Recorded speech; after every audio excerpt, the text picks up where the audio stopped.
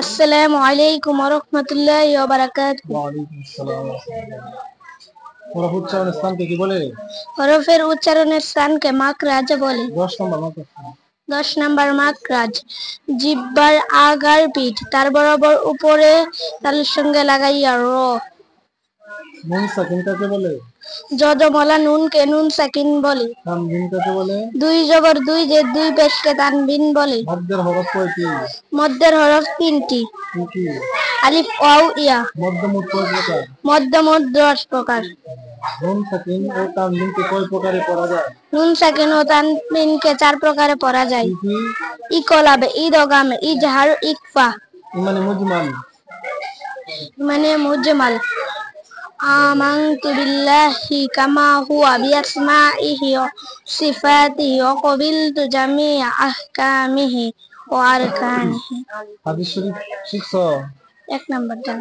1 নম্বরটা পারো? 2 নম্বরটা কও। 2 নাম্বার হাদিস শরীফ।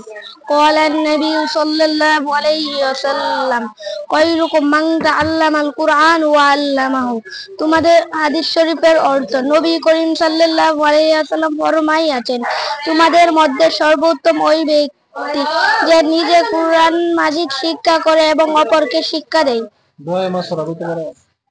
দুআয়ে মাসুরা। আল্লাহুম্মা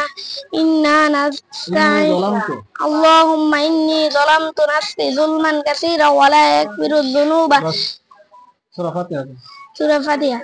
আউযু বিল্লাহি মিনাশ শাইতানির রাজীম। বিসমিল্লাহির রহমানির রহিম।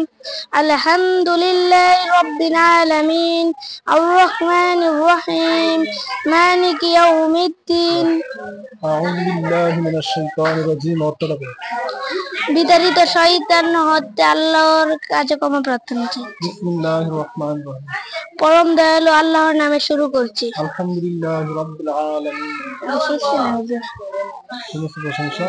সমস্ত প্রশংসা আল্লাহর জন্য, যিনি সৃষ্টিকর্তা ও পালনকর্তা। ওযু ভঙ্গের কারণ কয়টি? ওযু ভঙ্গের কারণ 7টি। ঠিক আছে।